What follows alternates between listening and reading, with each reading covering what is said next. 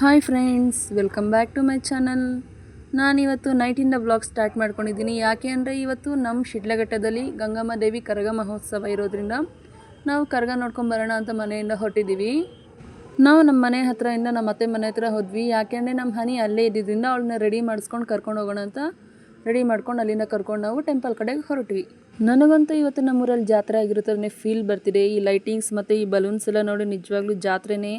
ಅಂತೂ ಇಂತೂ ಫೈನಲಿ ನಾವು ಟೆಂಪಲ್ಗೆ ರೀಚ್ ಆದ್ವಿ. ಜನ ಮಾತ್ರ ತುಂಬಾ ಇದ್ದರು. ಆ ಜನದಲ್ಲೇ ನಾವು ಹೋಗಿ ದೇವಿ ದರ್ಶನ ಎಲ್ಲ ಮಾಡ್ಕೊಂಡ್ವಿ. ಇವತ್ತು ನಮ್ಮೂರಲ್ಲಿ ಗಂಗಮ್ಮ ದೇವಿನ ತುಂಬಾ ಚೆನ್ನಾಗಿ ಅಲಂಕಾರ ಮಾಡಿದರು. ನೋಡೋದಕ್ಕಂತೂ ಎರಡು ಕಣ್ಣು ಸಾಲ್ತಾ ಇರಲಿಲ್ಲ, ಆ ರೀತಿ ಕಾಣಿಸ್ತಿದ್ರು.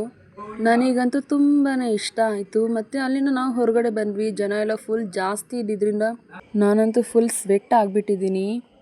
ಮತ್ತು ನೋಡಿ ಇವರೇ ಕರ್ಗನ ಹೊರೋ ಅಂತ ಸ್ವಾಮಿಗಳು.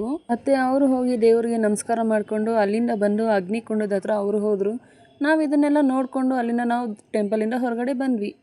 ಹೊರಗಡೆ ಬಂದು ಪ್ರಸಾದ ಎಲ್ಲ ಇಸ್ಕೊಂಡು ಪ್ರಸಾದ ಎಲ್ಲ ತಿನ್ಕೊಂಡು ಅಲ್ಲಿಂದ ನಾವು ಆರ್ಕೆಸ್ಟ್ರಾ ಹತ್ರ ಹೋದ್ವಿ.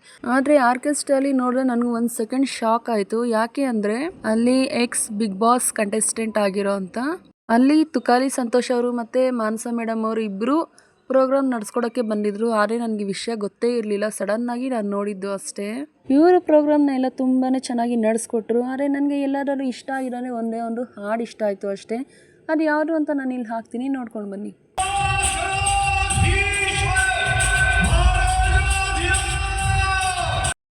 ಮತ್ತು ಪ್ರೋಗ್ರಾಮ್ ಎಲ್ಲ ನೋಡಿಕೊಂಡು ಅಲ್ಲೇ ಎಂಜಾಯ್ ಮಾಡಿಕೊಂಡು ಸ್ವಲ್ಪ ಹೊತ್ತು ಕೂತಿದ್ವಿ.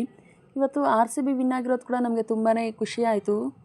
ಮತ್ತು ಅಲ್ಲಿ RCB ಸೆಲೆಬ್ರೇಷನ್ಸ್ ಎಲ್ಲ ನೋಡ್ಕೊಂಡು ಸ್ವಲ್ಪ ತಲೆ ಕುತ್ಕೊಂಡಿದ್ವಿ. ಅಷ್ಟರಲ್ಲಿ ಅಲ್ಲಿ ಕರ್ಗ ಬಂತು. ಕರ್ಗ ಎಲ್ಲ ನೋಡಿಕೊಂಡು ನಾವು ಮನೆಗೆ ಬರೋ ಅಷ್ಟರಲ್ಲಿ ನೈಟ್ 1 ಗಂಟೆ 1:15 ಆಗ್ತಿತ್ತು. ಈ ವ್ಲಾಗನ್ನು ನಾನು ಇಲ್ಲಿಗೆ ಎಂಡ್ ಮಾಡ್ತಾ ಇದ್ದೀನಿ.